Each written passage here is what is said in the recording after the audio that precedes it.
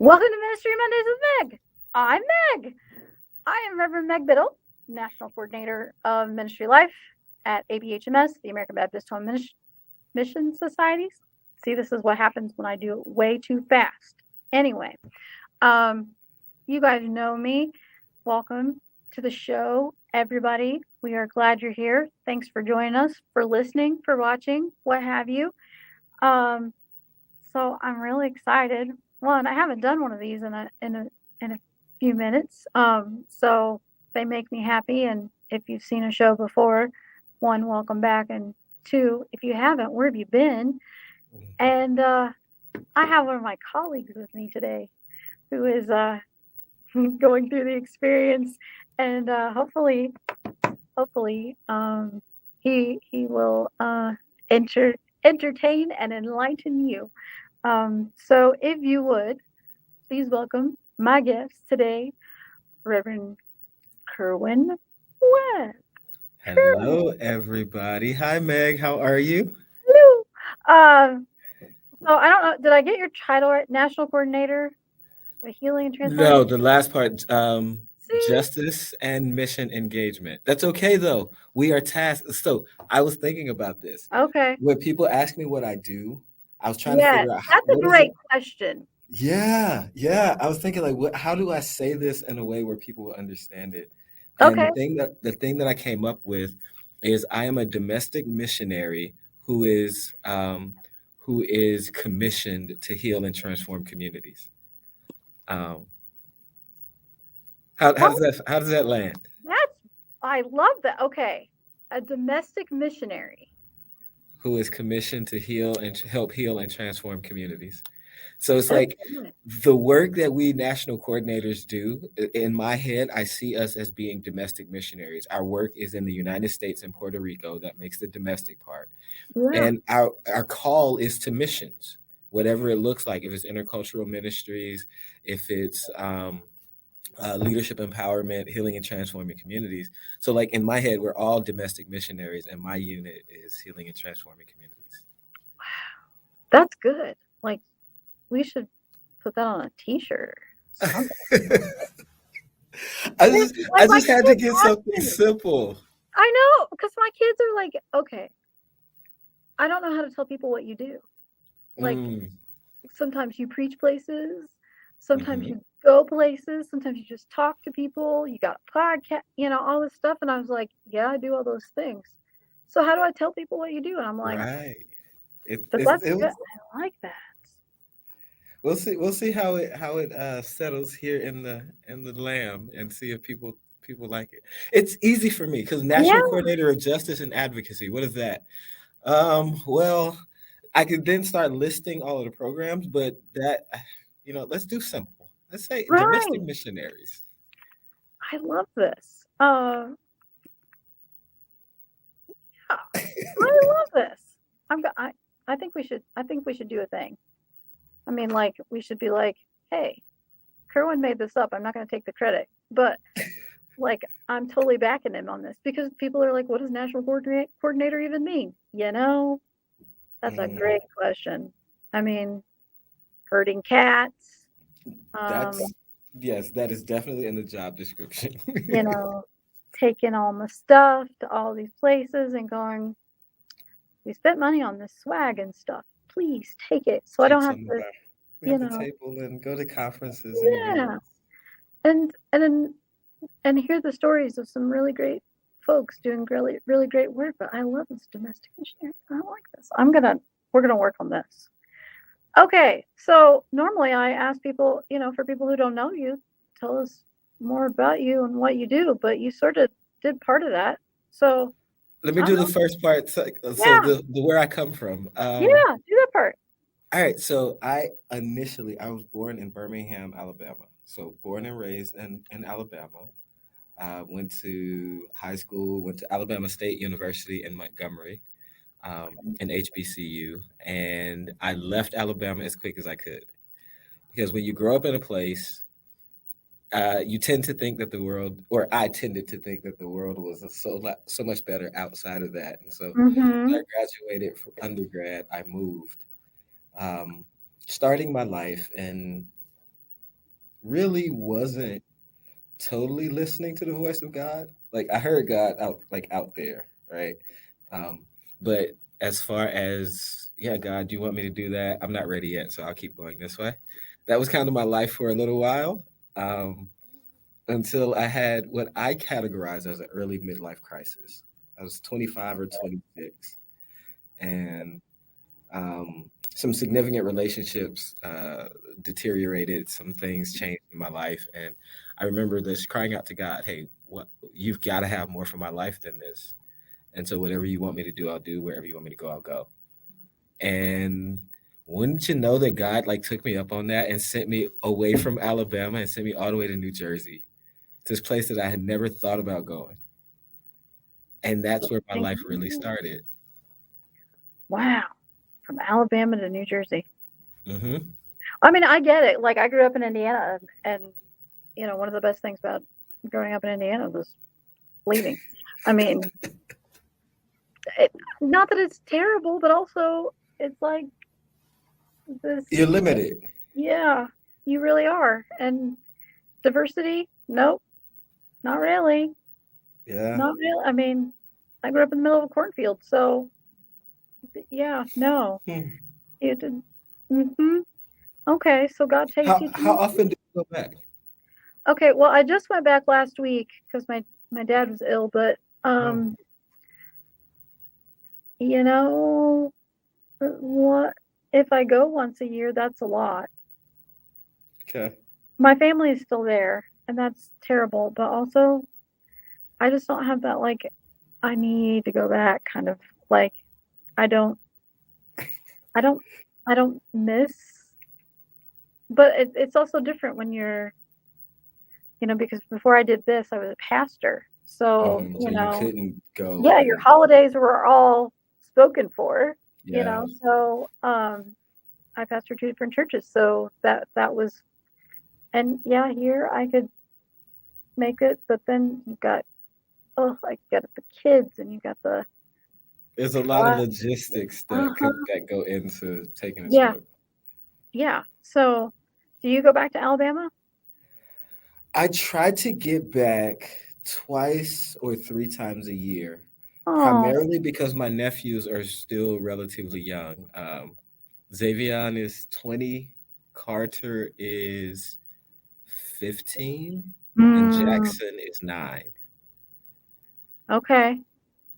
Yeah, okay. Sort of spaced out some. And so I try to get back there so that I don't miss all of them growing up. And it's usually a pretty good time. I usually spend a couple of days there and hang out with the boys and my brother. My brother is secondary to my nephews. I get that. My brother, hi Matt, if you're watching, is also has 4 kids, and I like them better than my brother. Mm-hmm. I mean, Matt, I love you, I do, but Mackenzie. We gotta prioritize here. Yeah. Mm-hmm. Yep. Yeah, but I get it. I do. And I think they get it too. Maybe. Mm-hmm. If they don't, they'll call us, whatever. So you've been in Jersey all this time then? Been in Jersey since 2013. Hurricane Sandy is what I came. I came from Alabama to New Jersey to help repair from Hurricane Sandy. Okay. And my assignment was 10 months. 10 months as a volunteer with AmeriCorps. And I was certain that I was going back home after 10 months.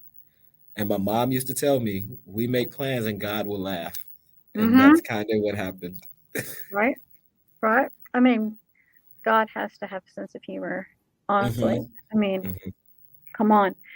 So you were, okay, I went out to Jersey after the hurricane and worked with some of the people at AmeriCorps at the Jersey Shore is where I went, but I didn't stay obviously for 10 months.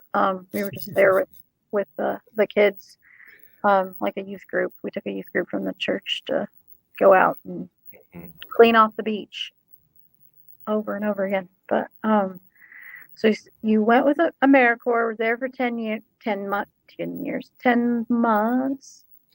10 months that has turned into 10 years. This is 10 years. Turned into 10 years. Okay. So did you stay with AmeriCorps all the time? No. Okay. Okay. Um, So what did you do after? so AmeriCorps was partnered with Habitat for Humanity. Habitat was doing the repairing, AmeriCorps bringing in the volunteers. Um, During my year of service, or my 10 months of service, I started working with the host site. And so when my volunteer service ended, they hired me as a project coordinator for some of the work that they were continuing to do. Okay. Yeah. Yeah. No. Now, at the same time, running parallel, because this is how God has to work, right? So I came from Alabama and I had no idea how expensive it was to live in the Northeast because it was never my thought to live in the Northeast. And so initially, the the arrangement was that Habitat would pay for a church organization to house me for 2 months while I was there during the initial part of the program. And then I was going to be responsible for covering my rent afterwards. So as I started doing research about how much I would earn and how much I would have to pay, the numbers were not adding up. I was not going to have enough money to do this. And so I tried to get out of doing the AmeriCorps thing. I had said yes before I calculated the numbers.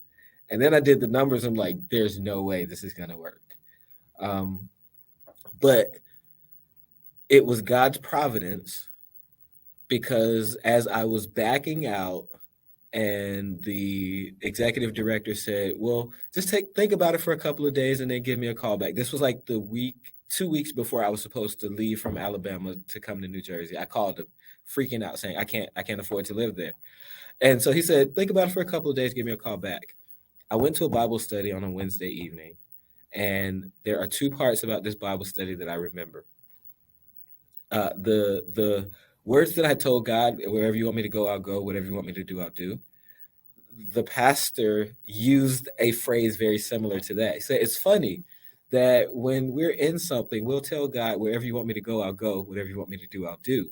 But then when God tells us where he wants us to go and what he wants us to do, that's when we want to back out. And the part that allowed me to be okay with the decision was at the end, he said, it doesn't matter what you feel or what you're afraid of. Wherever God sends you, God has already provided the provision. And that was true for my time as an AmeriCorps volunteer, not making enough money to live, but being able to testify that I did not lack for anything in that entire time. And so that helped me to realize that God did call me to this crazy place called New Jersey, and that God was preparing me for something bigger in this faith walk. And then somehow you ended up being a pastor? Is that right? Or no? The church that was housing me, so they had a property on their campus, and Yeah. so I was there, and I said to myself, okay, they're giving you housing while you're here. They're allowing you to stay in their place. The least you can do is attend their services, at least one. And so it was my goal. I'm going to go to one of their services. They were having two services, 8 a.m.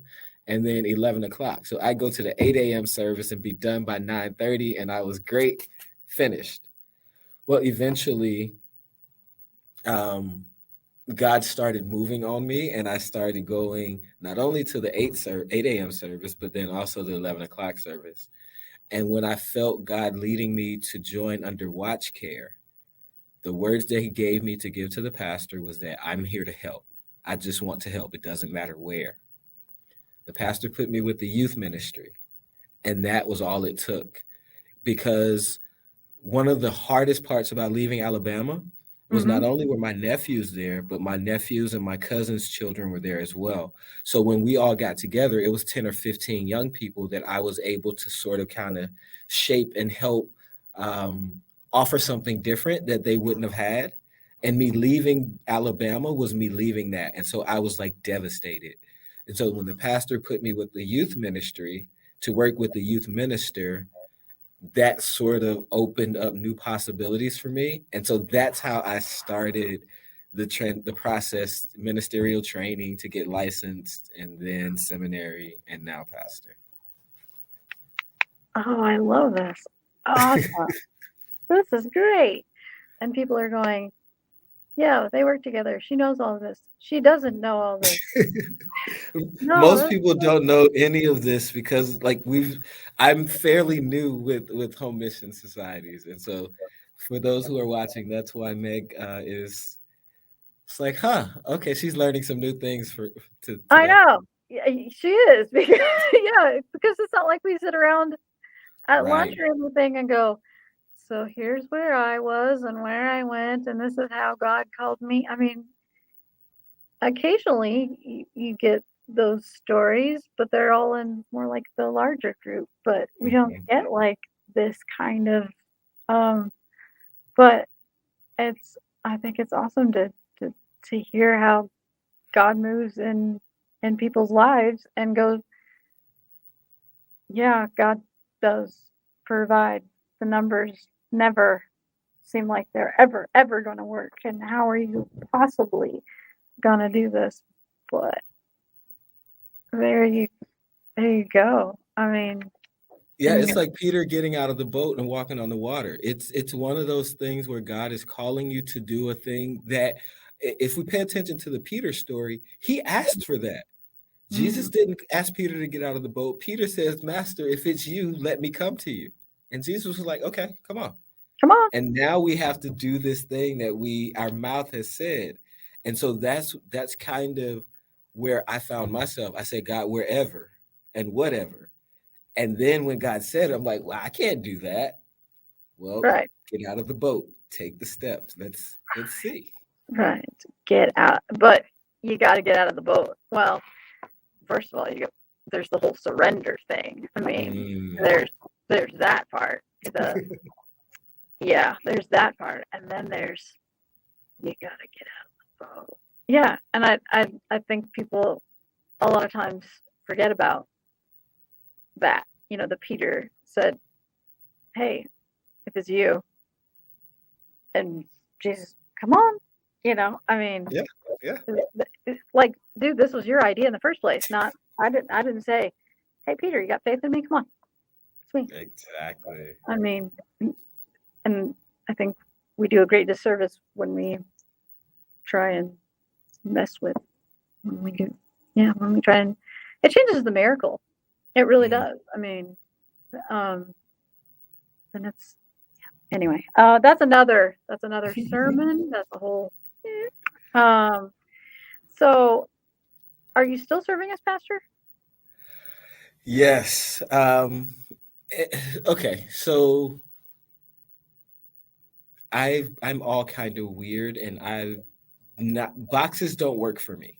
Like Okay, the normal traditional boxes don't work for me. So I at know. one point, I was a licensed Baptist minister, attending a Presbyterian seminary, and working for the United Methodist Conference in New Jersey. Why not? Uh, and I never would have imagined that all of those different threads could be going through the same place. But what I've come to understand is that the denominational distinctions are ours and not God's, and Mm, that God did not call us to a particular necessarily denomination per se, but to the work that crosses denominations. And so now I am serving part time as a pastor at a Presbyterian church now, as an ordained Baptist minister oh, and domestic missionary with American Baptist Home Mission Societies. oh my gosh, I love that. I love that. You're a Baptotarian. There you go. You're uh, a Baptotarian.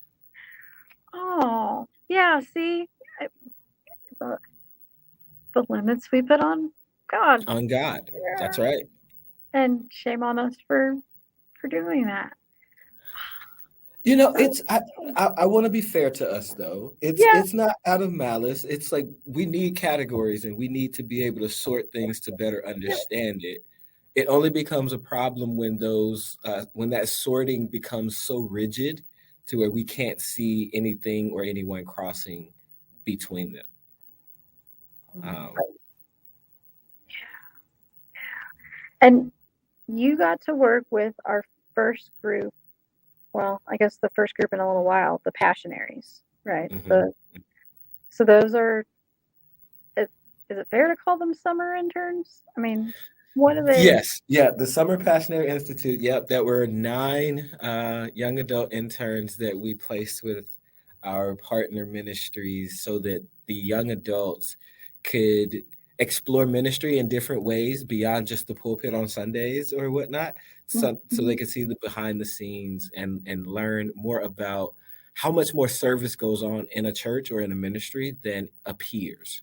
Because there's so much that happens behind the scenes. Um, but people tend to only focus on what happens on Sunday morning. Mm-hmm. Which is the whole reason that I started the podcast, because, I've been a pastor.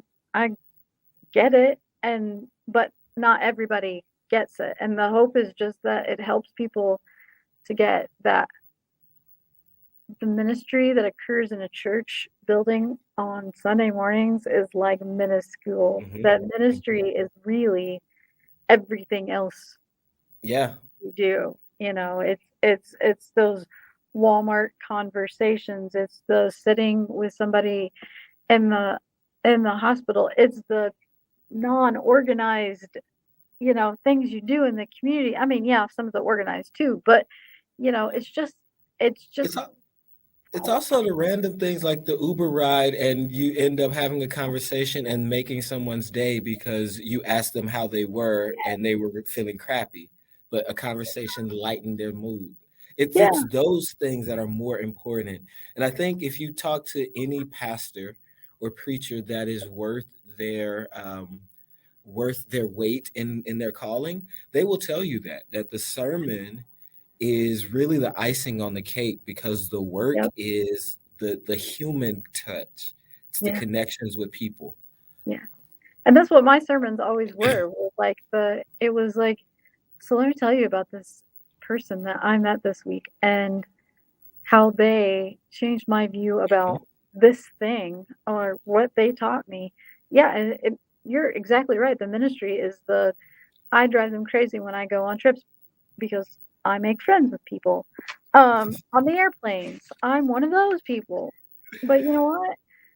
If they don't want to talk, that's fine. But I find that the majority of the time, they actually People, don't need me to talk. They just need me to listen. I yep. mean, really. And whether it's the little old lady who is sitting next to me and still in grief and says, tell them, that they do a great job when they take care of you at the funeral and the right after, but the year later, they've forgotten Mhm. about you, that my grief didn't end. Will you tell them that? It's those people. It's it's the guy whose job is selling pot, like he's a salesman um for the stores, for the medical marijuana. And he's like, I don't get a religious community, but let me tell you about what I see as community. And he talks about this. He goes mudding, and they've got this group, and when somebody gets stuck in the mud, They they go just get them. get on this group, give them their coordinates, and strangers come and pull them out of the mud. And he's like, Wow, that's community. And I was like, yes, that's community. He's like, so I don't do the God community, but this is how. I was like, no, that exactly. And is that's the why I God talk to community. people on planes and everywhere else. I mean, Yeah. because yeah, So you said a word that's interesting to me, and I've asked people this question, and some people it stumps them. what's up? How do you define community? And like what makes the difference whether someone is in or out? Mm. I feel like it's a choice, first of all. Okay.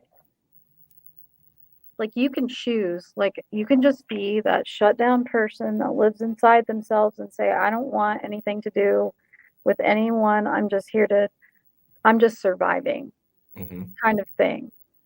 I think community is whatever you make it, is Okay. really what it is, what I it's a group of people. I mean, yeah, I tend to think of community as in faith community, community group, your school group, your these, but I don't know. I think it is the people that we say, I'm with you. I'm a part of this. I'm let me do, let me be, and that it's a very fluid kind of thing. Like there's always room for more people in the community is how, but I'm sure you probably have a better definition. What you got? No, I don't have a better one. Okay. That was really good. It is. So the reason that I ask is a couple of friends of mine back in New Jersey, I floated the idea that, like, what would it mean if we built an intentional community of people who choose to work together for a common purpose? And initially, when the person answered, he basically said, okay, everybody within my neighborhood is in the community. And I said, okay, so everybody that is geographically located in the same place, you would count them as community. And he was like, well, I don't know.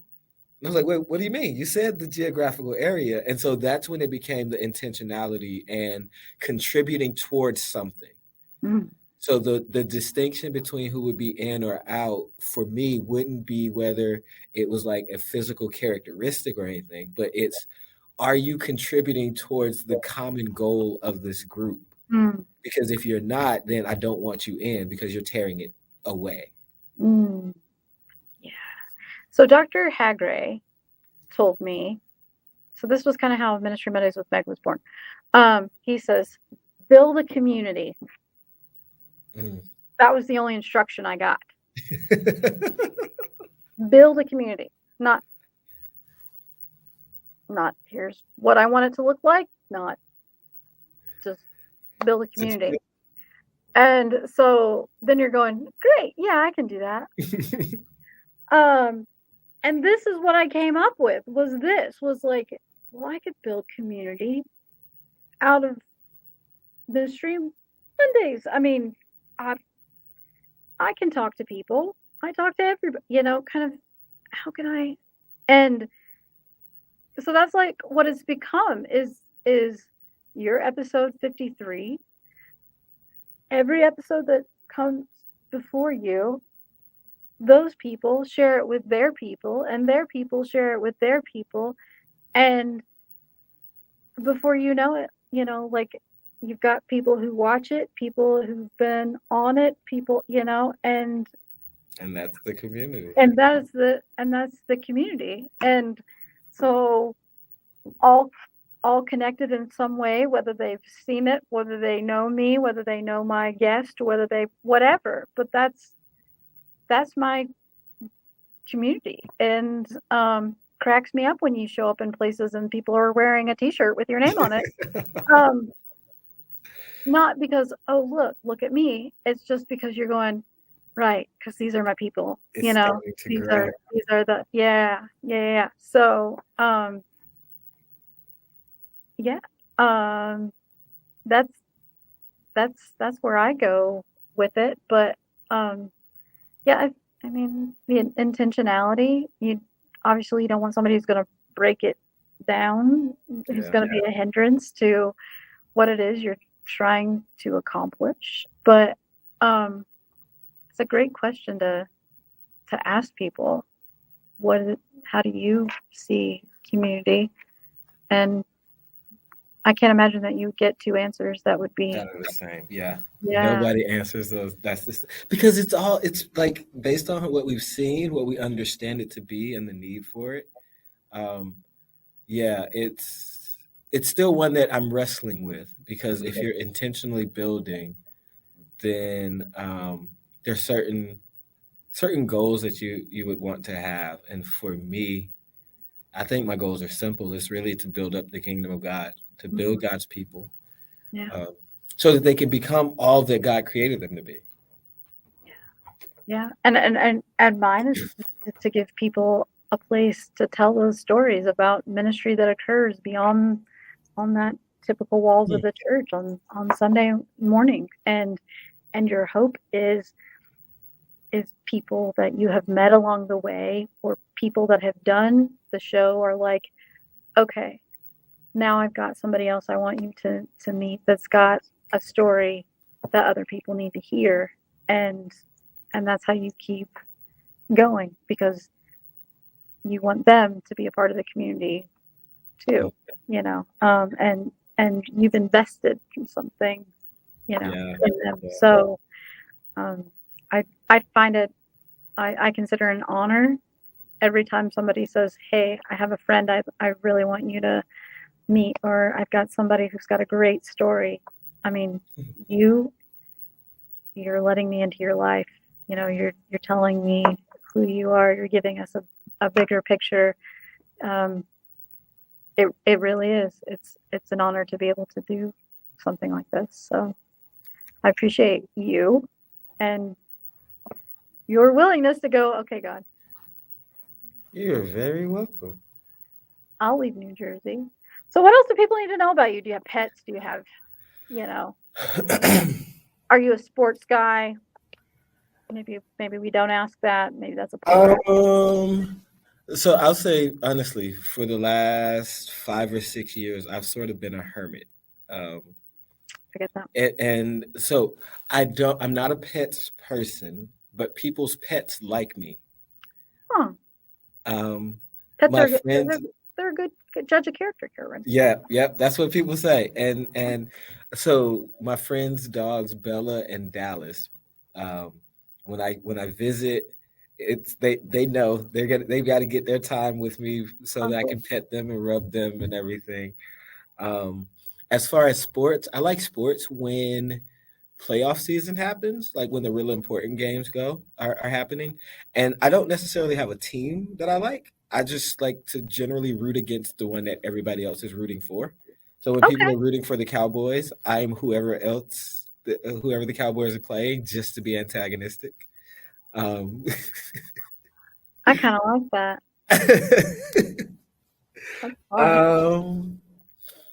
But what else about me? I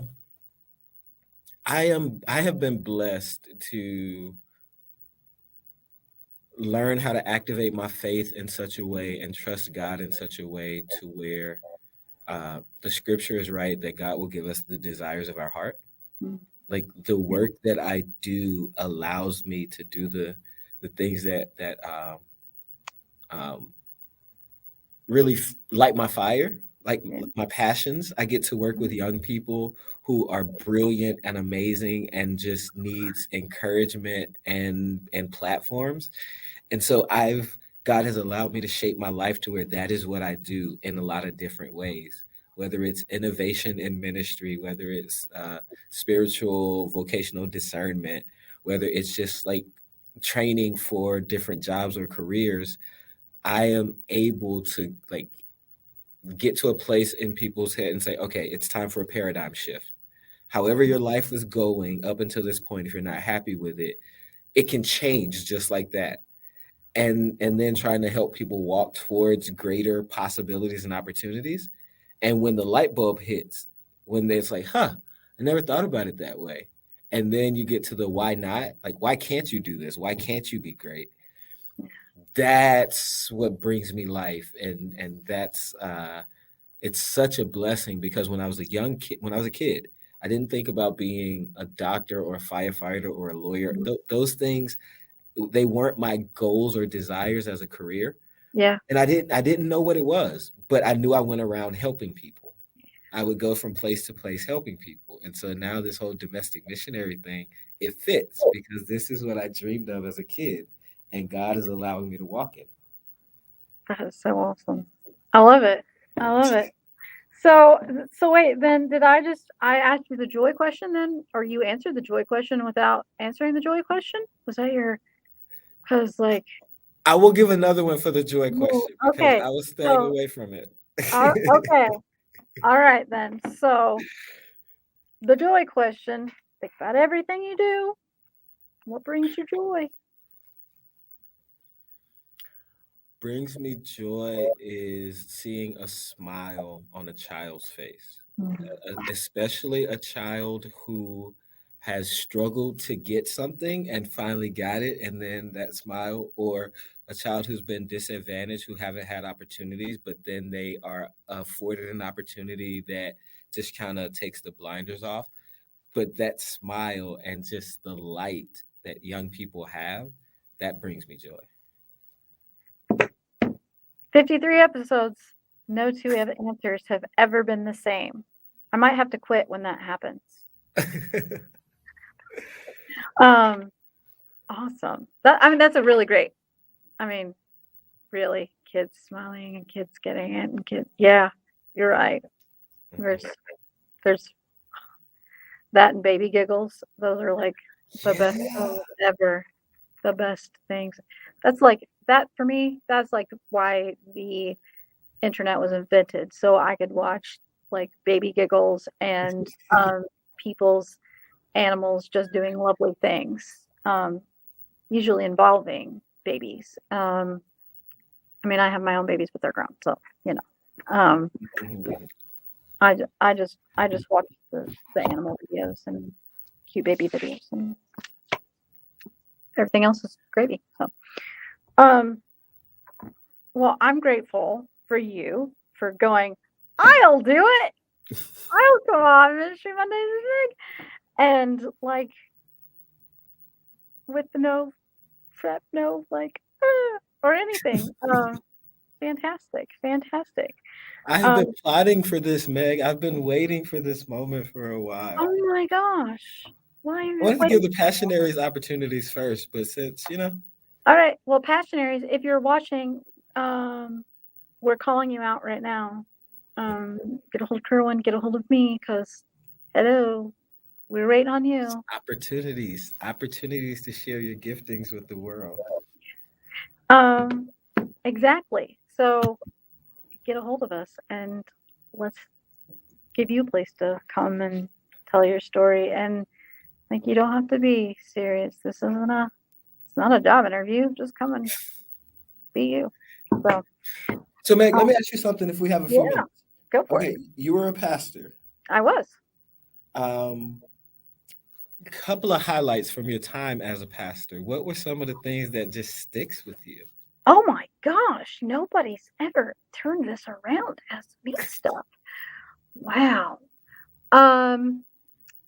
So I did 41 funerals. And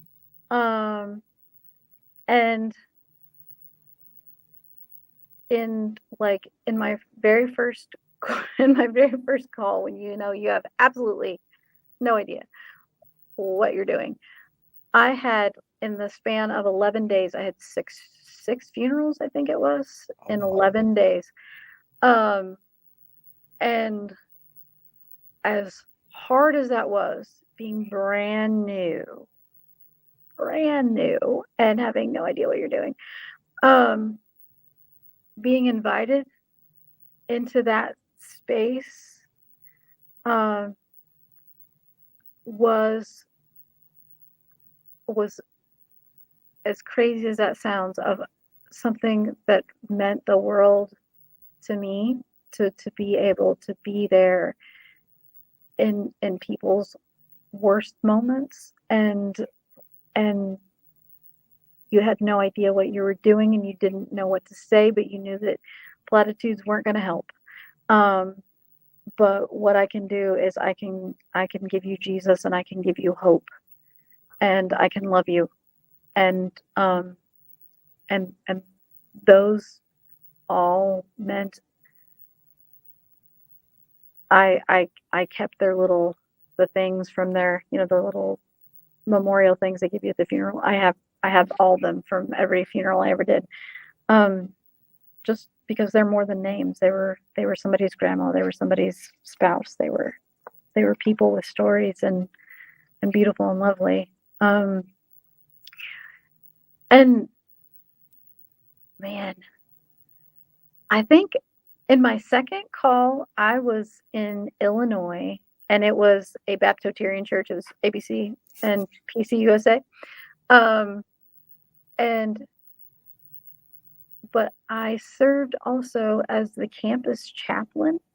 There was a small work college, so they, had to do so many hours on campus, and it took so much money off their tuition. And so, because of their relationship with the Presbyterian minister that, was the college chaplain, and those guys were so much fun. And if you just went in, and not a religious group, most of them, but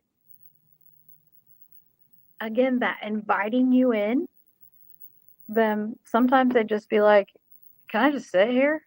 You can sit here as long as you need to sit here.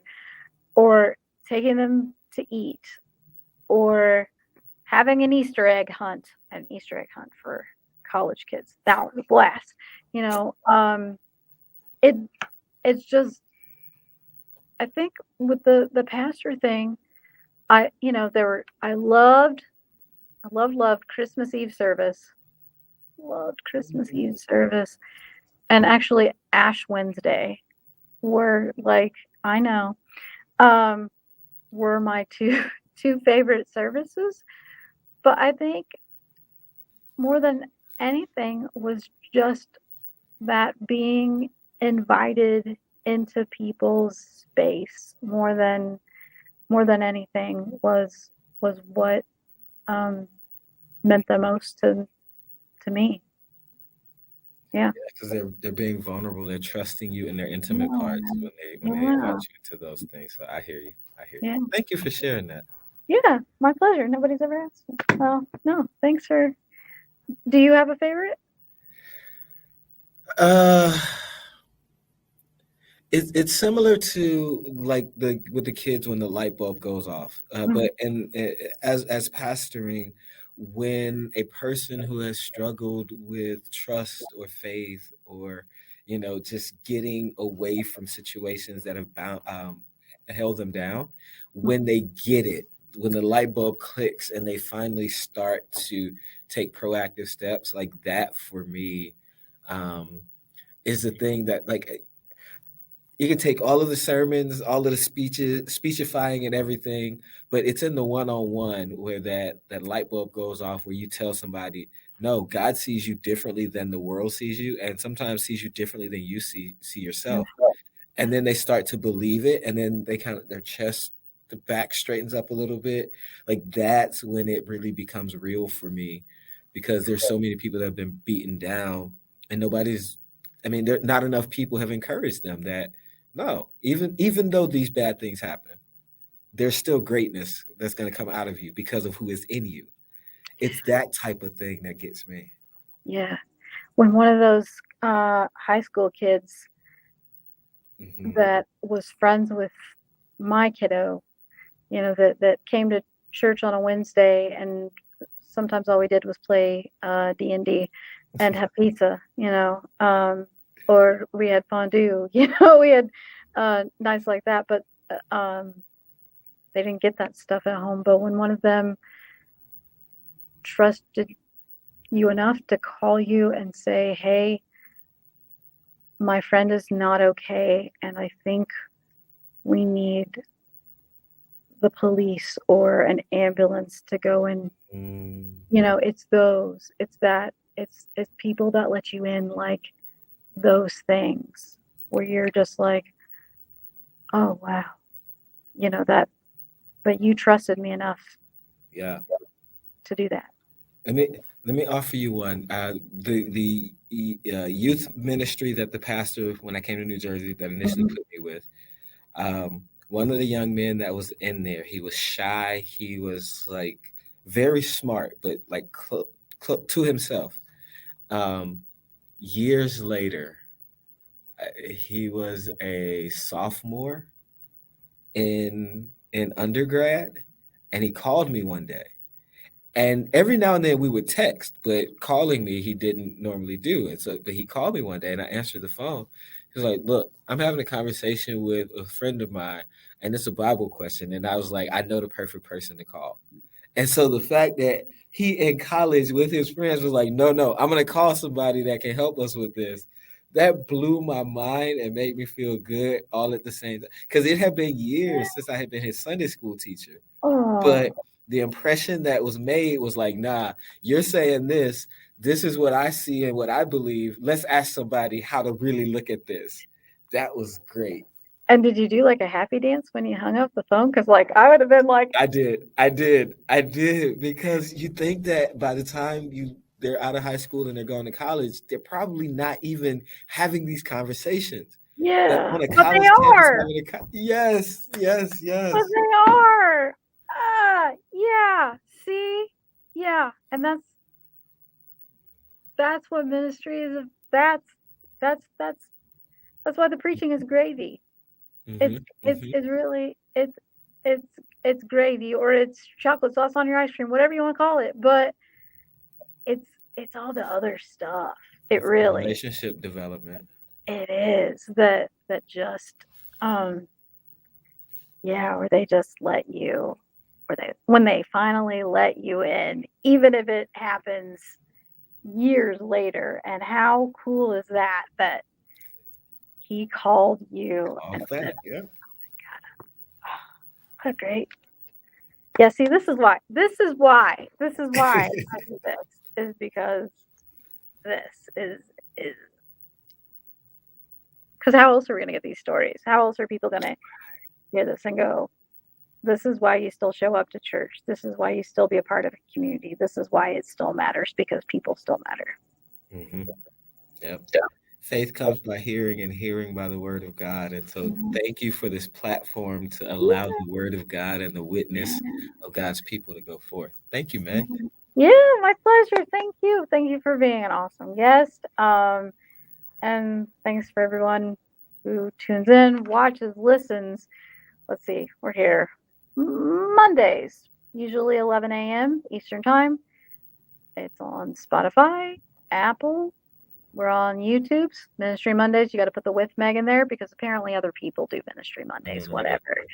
And if you know somebody who's got a story that needs to be told, and you know Kerwin, reach out to Kerwin, reach out to me. We're our names, Megan.Biddle and Kerwin.Webb, right? At ABHMS.org. I forget. I just do it automatically.